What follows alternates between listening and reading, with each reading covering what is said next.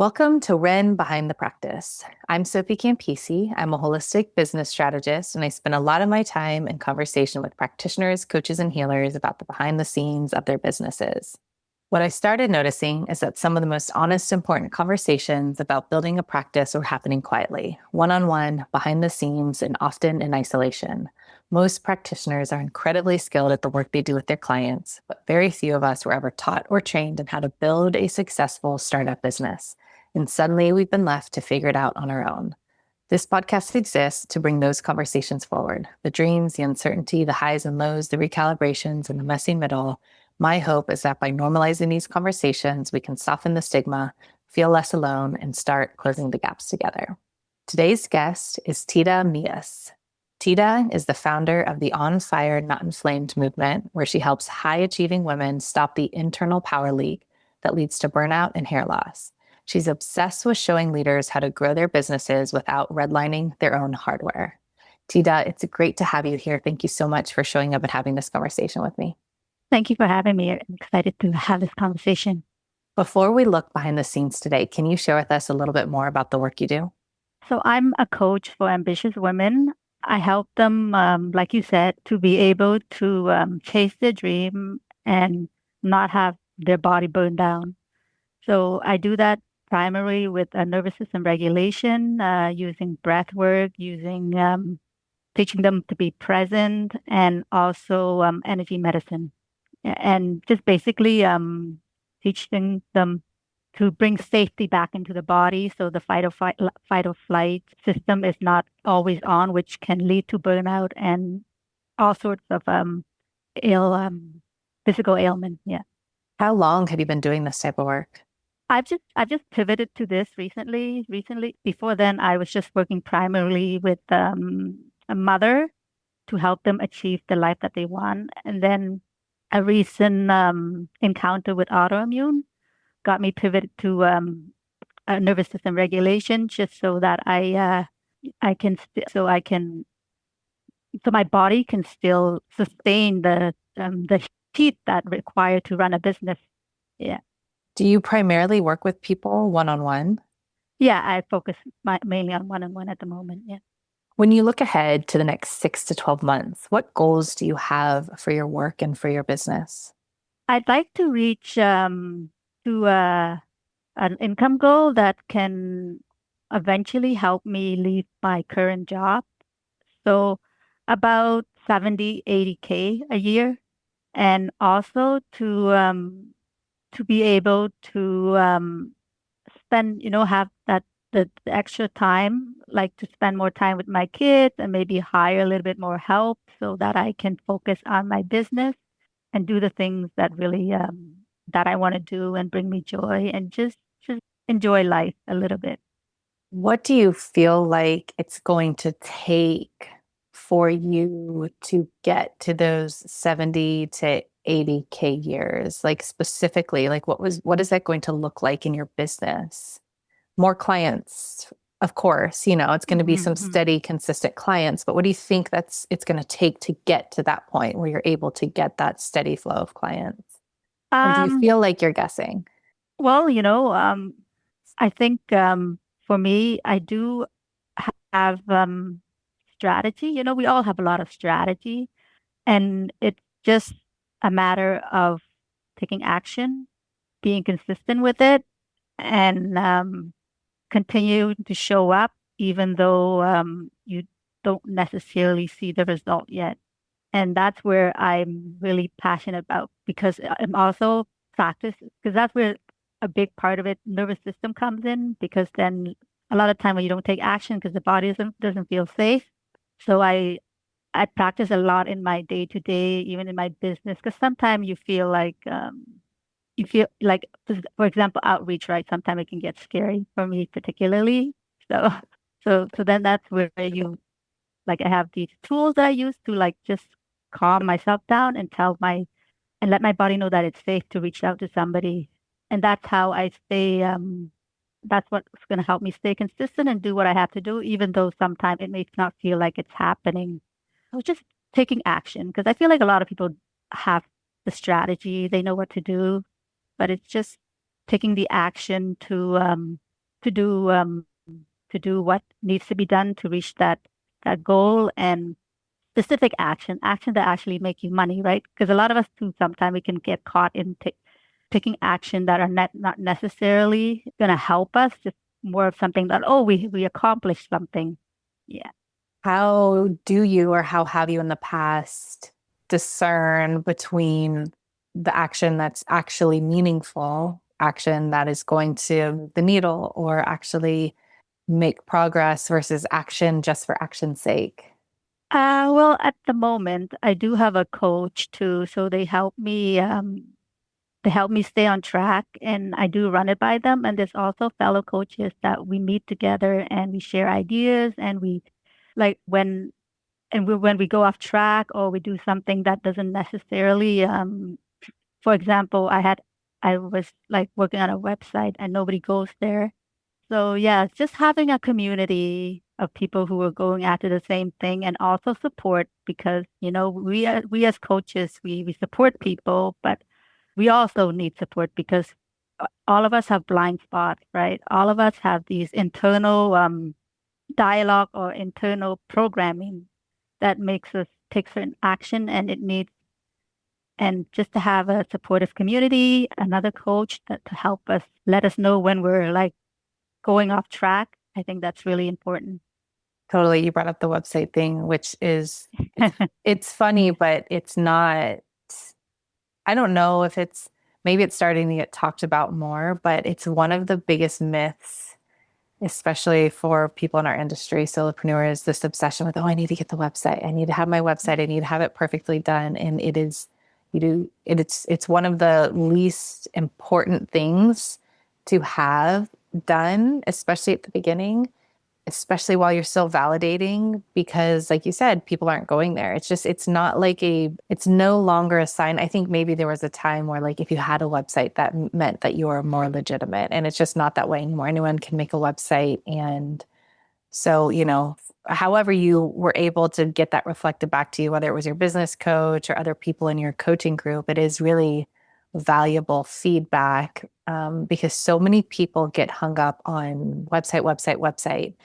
And it's not a good place to get hung up, especially at the beginning. In my line of work with my expertise, the way that I approach it with myself and with people is until you're really, really nailing your business foundations, validating so many things, like until Mhm. then, you shouldn't even really put much, if any, energy or effort into your website because things are going to change so much. If you try to Mhm. keep that website up to date, you're going to get so bogged down. And it's this like another one of these myths, kind of like social media growth myth. If you have way more followers, your business is more successful. It's just actually not. It's not necessarily true. So Mhm. yeah, I mean, that website thing, it's so important. And that's part of why I'm, speaking on it, because I don't know if I've really directly spoken on it on this podcast, but a lot of people get hung up on the website, but that's something that actually is one of the like later pieces that will come into it, because until you can nail like your business foundations, you really shouldn't be spending much effort on your website because things are going to change so much. It's going to be really hard to write the copy. You aren't going to really know what to put. It's going to get way too long and way too complicated. But later on in your business building process, when you can nail, these are my people, this is exactly the pain point that I help them solve. This is the dream outcome I help them achieve. This is how I do it. This is my unique way.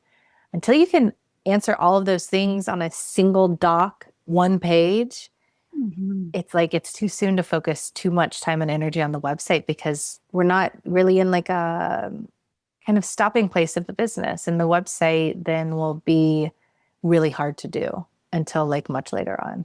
Yeah, yeah, I agree. Yeah, I did have a website, like I said, and I just stopped it because it's taking you away from like especially at the beginning, I think it's important to have conversation with people. That's where you get clarity on, what people are struggling with, whether you want to work with a certain your avatar. A website is something that needs to be like when you have more clarity. And I think too for me anyway, like something like a website is like it's hard, but it's less. scary than maybe than having to go and have conversations. So it gives you like a sense of accomplishment in a safer, like more within your comfort zone. Yeah. Absolutely. I'm so glad that you said that and brought this point up because this is absolutely something that goes on. And it still happens for me. So Hmm. usually, like if I'm really tired, well, just to reiterate what you said, if people didn't fully grasp it, sometimes we will lean into the work that is just busy work, but that we have more competence because it's easier work for us to do. And we'll avoid the things that we're less competent about or that give us more hesitancy. And it's like the low hanging fruit. And it's, oh, I did all this, I'm focused on this. But it's really like, is that the work that you need to be doing? And again, often we shy away from things if we feel less competent about it or if it just feels harder, but it's often the stuff that's needed. And what you said, outreach versus staying isolated and working on Yeah. something on your Yeah. own. It's like it Yeah. is. And I still do this. I'm aware of it, of course, but usually like on days that I'm really tired or I have young kids, or maybe I'm sick, or maybe it's just a hard day. And if anyone's into human design, I'm a projector. So if I'm just like a low energy day, sometimes I will just I'll just tell myself, like, eat your heart out. Just do whatever you want. And I'll Hmm. just gobble up this stuff that I know is like, I really probably don't need to be perfecting this. I really probably don't need to be working on this at all. But like today, I'm going to let myself because I'm tired and I'm just going to do it. Because, yeah, it is absolutely where I will still kind of gravitate toward taking action on stuff that I know. I know I don't need to be doing this. If I asked my business mentors, they'd be like, no, you don't need to be spending any time on that. But like sometimes I let myself because I'm just like, okay, but yeah, this is something for sure Hmm. that goes on. Yeah. Yeah. Yeah. Sometimes, like you said, you do that just a little bit can be a bit healthy because then it can give you kind of a win. So you can go and do what is more challenging for you. So in that aspect, I find it really helpful. Just don't go overdo it. I like with anything, Yeah.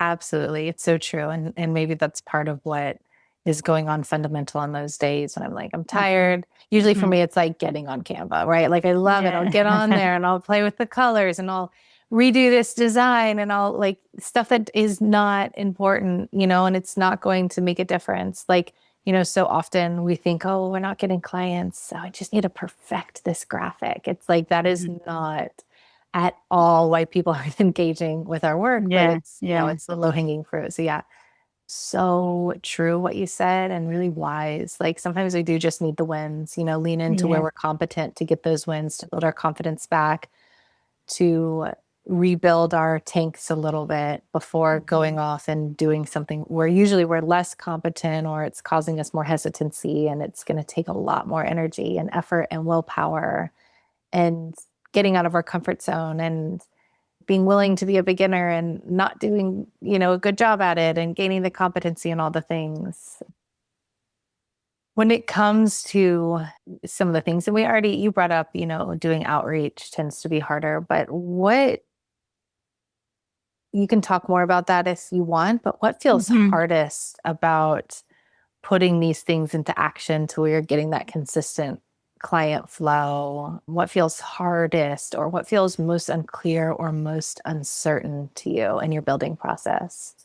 It's, I think for me, it's lead generation. I find that really challenging. Like I'll do outreach and I have gotten leads for those. And another one is it ties to lead generation too. It's content creation. Like I put out like content. And you know what? I think we touched on this when we had a conversation together. I didn't go into business to do content creation and all that marketing stuff. I just want to coach. And it's challenging because you can't skip that part to go straight to coaching unless you have money to like get other people to do it, which is I'm not at a position to do that right now. So yeah, I do find the content part to just get enough engagement, to get enough, so I can start enough conversation with people. And I felt like I've had some traction, but then I feel like as time goes on, I don't know, maybe because my motivation's gone down or I'm not. as putting as much work, but it's gotten worse. So, so I have to get back on that actually, because I'm kind of like not trying to depend too, like I'll do it still, but not to depend on much and just do like organic reach, like like going into Facebook group and talking to people. Because at this point, I don't feel like my content is going to get me to where I want to be. So that's the challenge. Yeah. That is, I would echo a very, very similar sentiment as I did about the website, is that content tends to be extremely difficult earlier on until we're getting really, really close to finding a lot of momentum in our business Hmm. because of all the same reasons, basically, I said why building a website would be hard if you're too early on, right? Like you don't know Hmm. exactly who you're talking to, exactly the pain point that you're helping them solve, the dream outcome that you are providing for them, how you do it, right? All these things are like laying your business foundations. This is what, I call like the necessary vital things when you're navigating the startup phase before you can grow. Most people go straight into growth phase, but they're Hmm. skipping the startup phase. And because they don't know that that's what they're doing, then it's also very confusing because when you're in the startup phase, all you are doing is seeking information and data. The best way to do it, and Tita, you've Hmm. already mentioned this a couple of times at least, is talking to people, having conversations. It is the most important and most valuable thing Hmm. you can do when you're at the beginning is talking to people. So what you said, content creation being so hard, it's a similar thing as the website.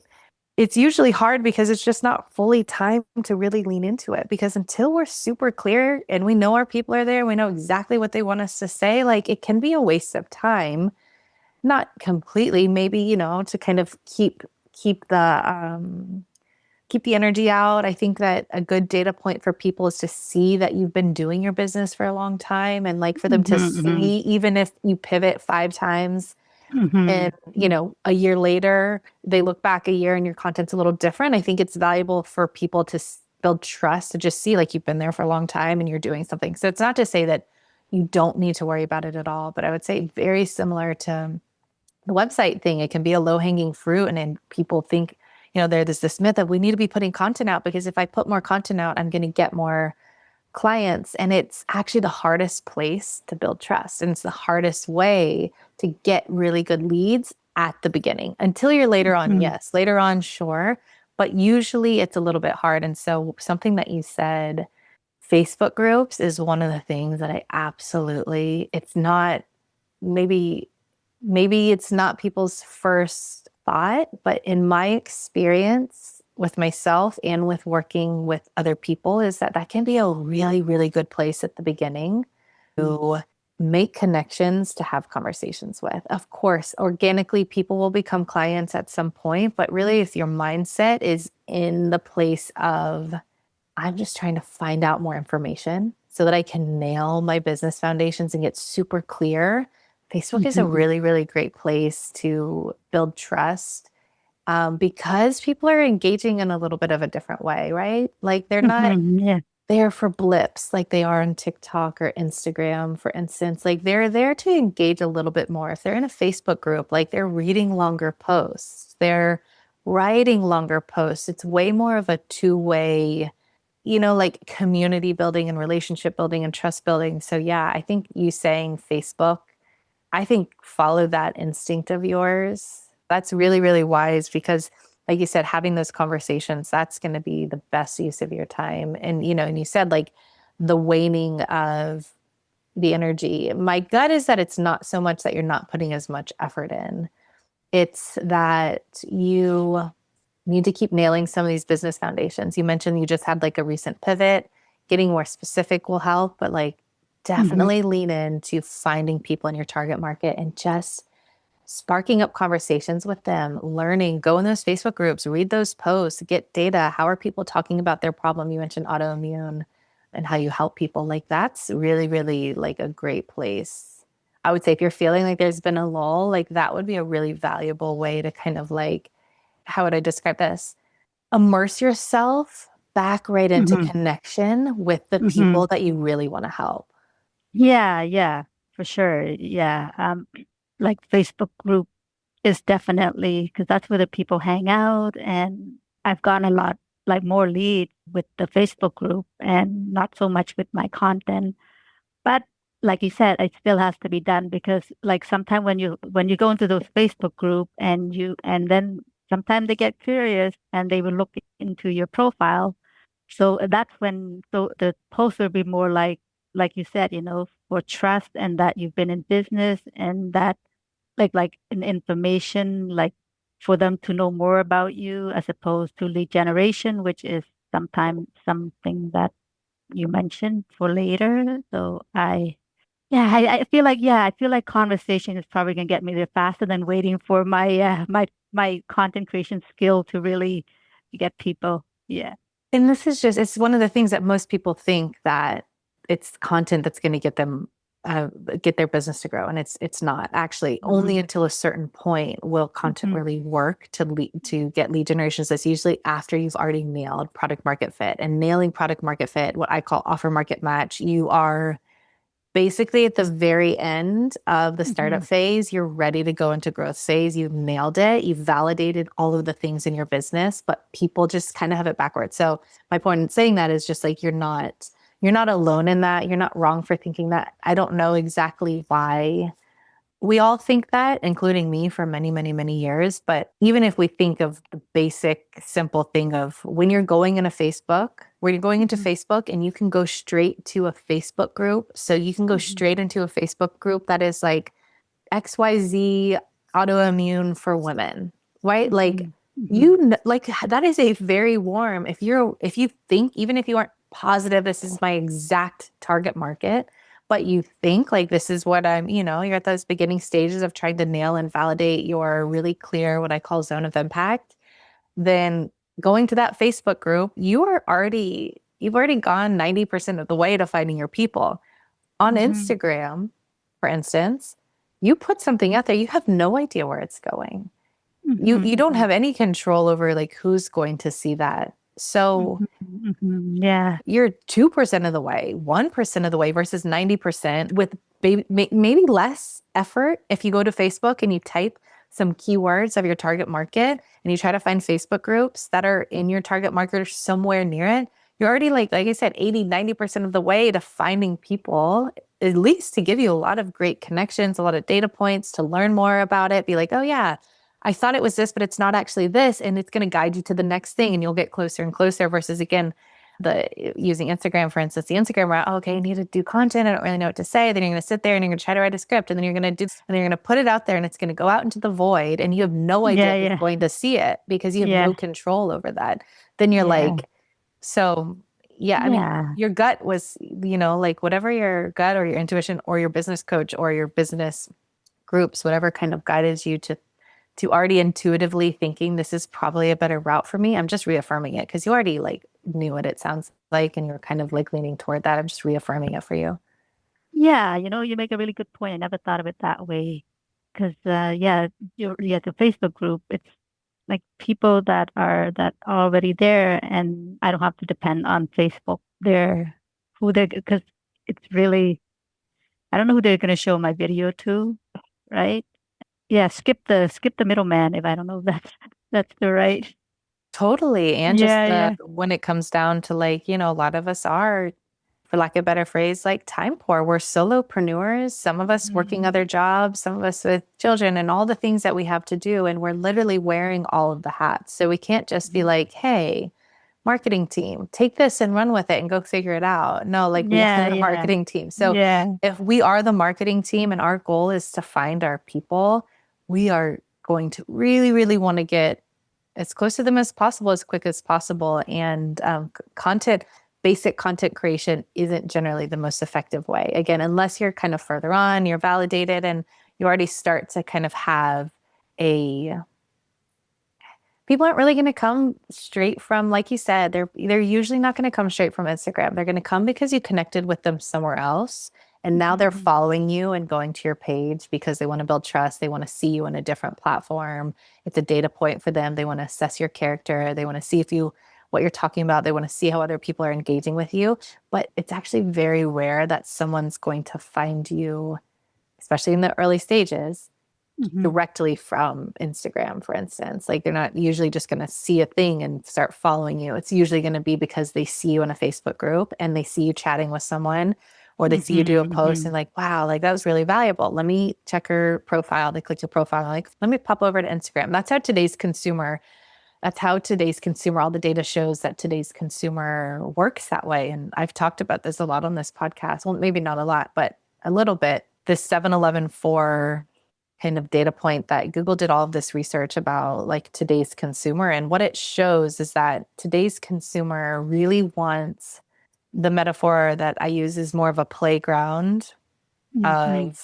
of space to be able to build trust with usually like a service provider. They want to be able to bounce around to different platforms. So they want to be able to consume a lot of content. So you need a lot of touch points, but it needs to be like on several platforms. That's just how, the whole funnel here, let me just build a funnel and put people in it. That doesn't work with today's consumers. And especially those of us who are doing the work that we're doing, we're likely to have a little bit more of a conscious, awake client. So, really, Hmm. something that makes them feel like locked in or pressured, like really makes them feel uncomfortable.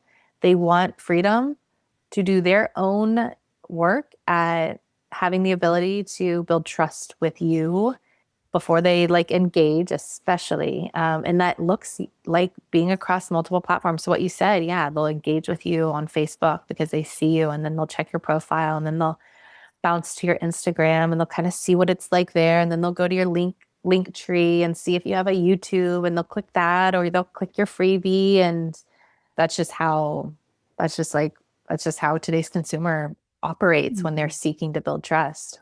Yeah, I'm usually on just Facebook. I have a very small Instagram.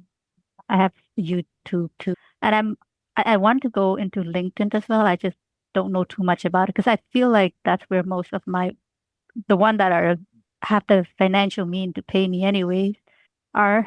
Yeah. So in your opinion, it's necessary these days to be on multiple platforms. Is that what you're saying? Eventually, but at the beginning, certainly the most important thing is simplicity Mm, and depth. So at the okay. beginning, what matters most is that you can find your people and you can start having conversations with them. So like if I was going to tell someone like where to start, I would say absolutely Facebook. Go Hmm. into Facebook, find Facebook groups. So if you aren't aware already of your target market, or even for some people who think they are, but they're still not getting traction, usually there could be some refinement or some way to actually narrow more.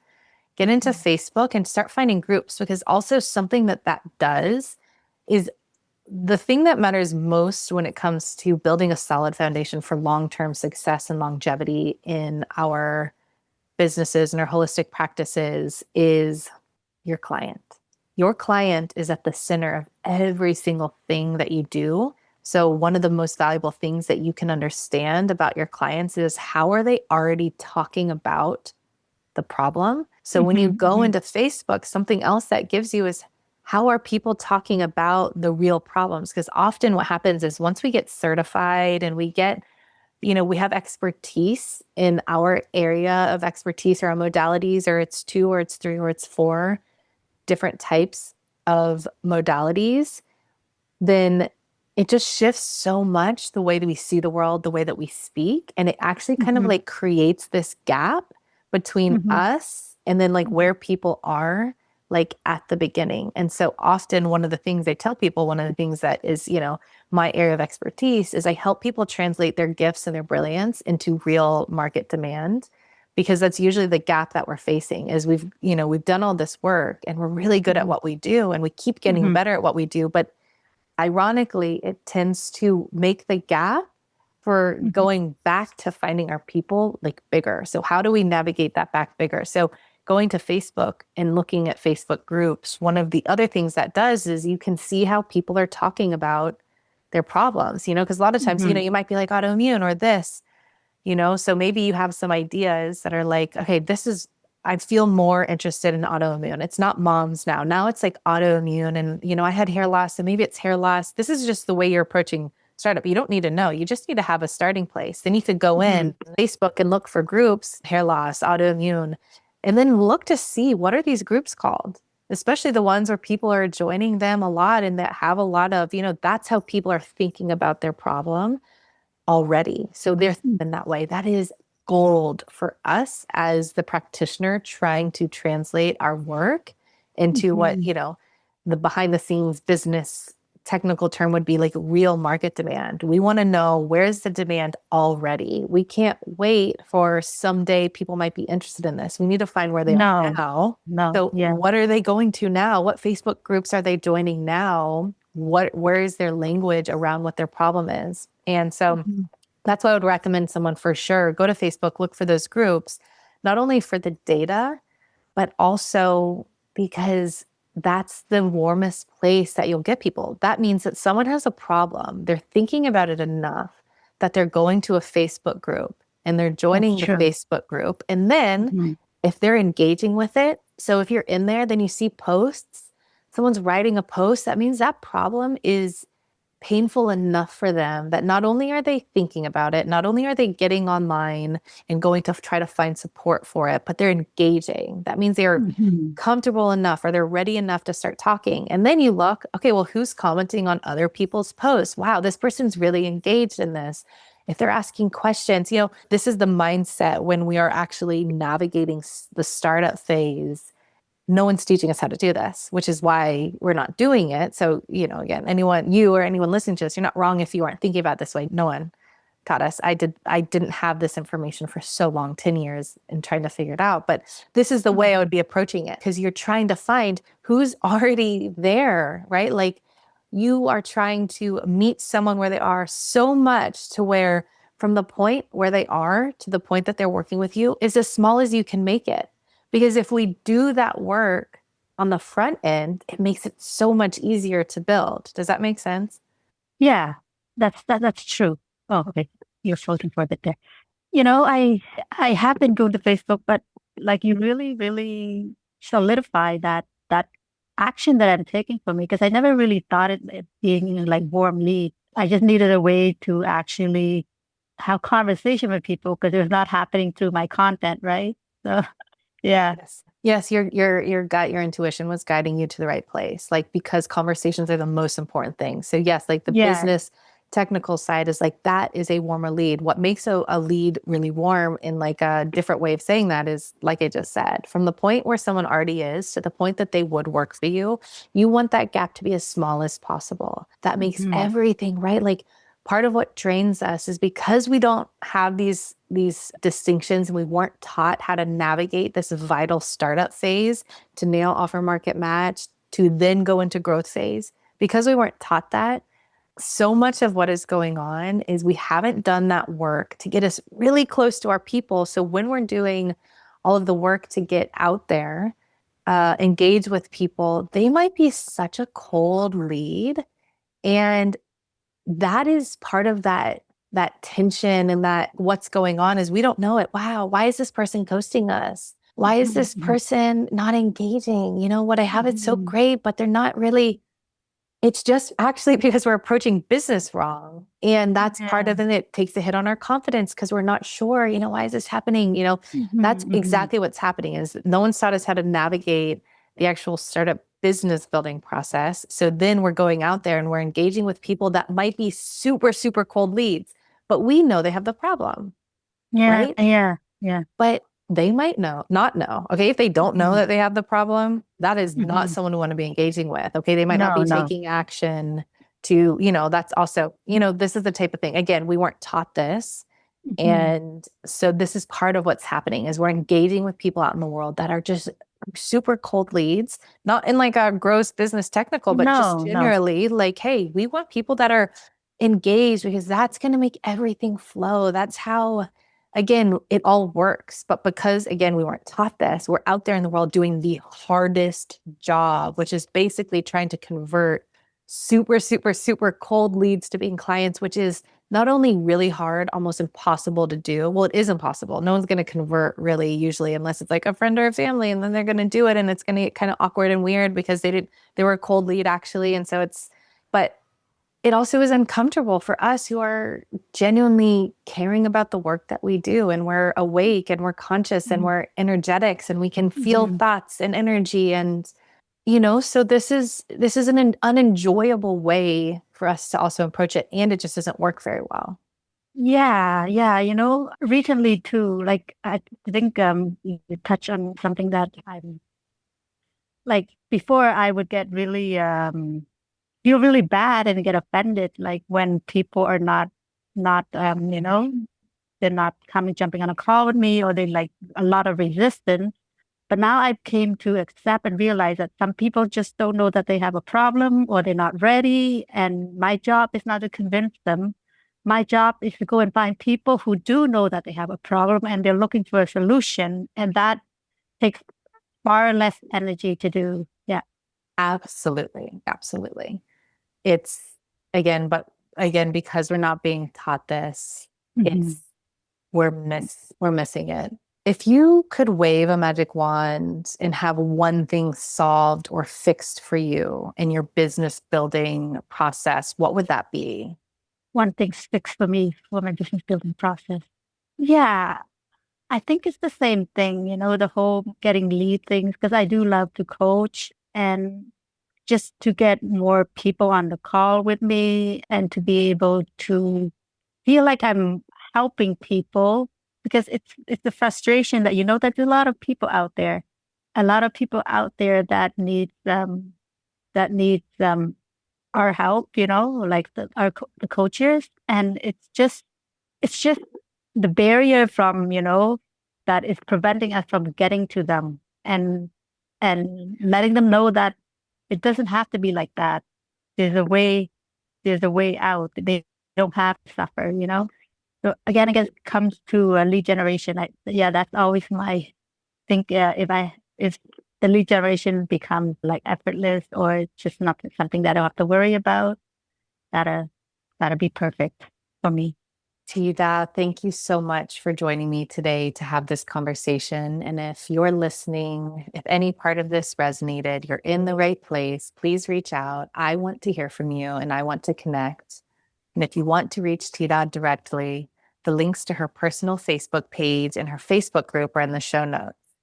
Thank you again, Tida, and to everyone else. Thank you for listening, and we'll see you for the next episode of Ren Behind the Practice.